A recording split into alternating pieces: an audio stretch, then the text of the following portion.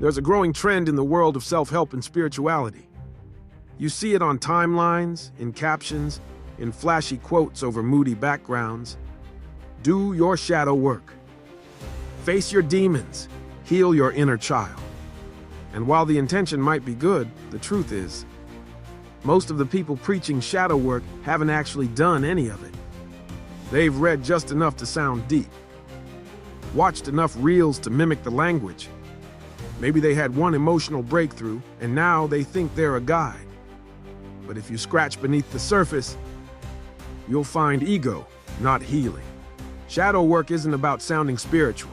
It's about getting real, ugly, honest. It's about admitting to yourself the things you've been hiding, even from your own reflection. And that's the part most people skip, because it's easier to talk about healing than to actually heal. It's easier to tell someone else to do their work than to sit in silence with your own pain, to confront the bitterness, the envy, the habits, the unhealed moments that are still shaping your choices today. You don't perform shadow work, you live it. It shows in how you treat people when no one's watching. It shows in your tone, your posture, your patience. It shows in how you respond when you're triggered or when you don't get your way. You can't fake shadow work forever. Eventually, life will press you, and what's truly inside will come out. There's this illusion that doing shadow work makes you superior, but real healing makes you humble. Because when you've truly been through the fire, when you've confronted your inner darkness and survived, you stop using it as a weapon. You stop preaching at others like you're above them. You just carry peace, not performance. Here's the real test. Are you becoming softer, more patient, less reactive? Are your relationships more grounded, or do you just have better vocabulary to win spiritual arguments online? Because healing isn't about sounding wise, it's about embodying wisdom day by day, in silence, in practice. Let's be honest. A lot of people telling others to heal are actually just masking hurt.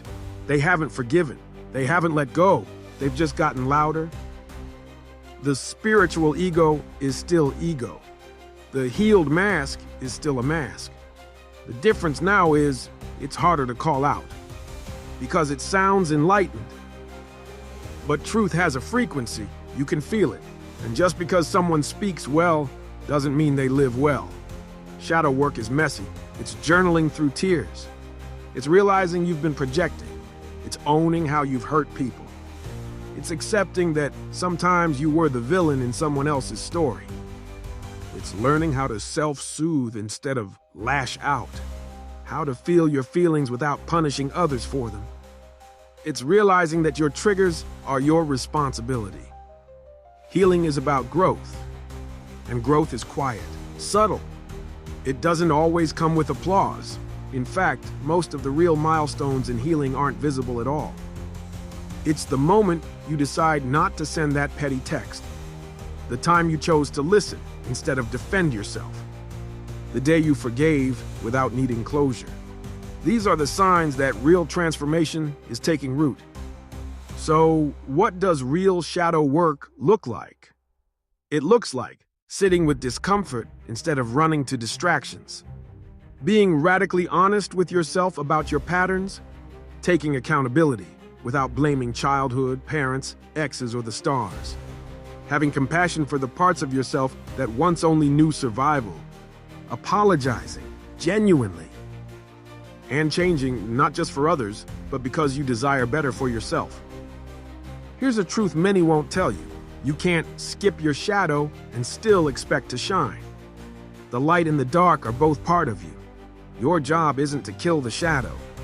It's to integrate it, to understand it, to stop judging it and start learning from it. Because your shadow isn't the enemy. It's the part of you that's been carrying your pain.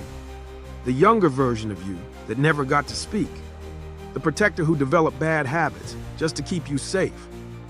You don't shame it. You embrace it, you reteach it, you lead it back home. So, next time someone tells you to do your shadow work, pause. Ask them what that really means to them. Ask yourself what it means to you. Because if it doesn't involve humility, silence, tears, and transformation, it's not shadow work, it's shadow play. And this path, this healing journey, ain't a game. So let's strip away the trend. Let's get back to the core. Healing is not performance art. It's not about how many quotes you repost. It's not about who sounds the deepest in a group chat. It's about inner revolution. It's about becoming who you were meant to be before the world taught you to be afraid. And that requires more than pretty words. It requires presence, stillness, discomfort, and relentless honesty. So if you're really ready, turn inward, not outward. Silence the noise. Get still enough to hear your soul speak, and be willing to sit in the fire, because that's where the real work begins.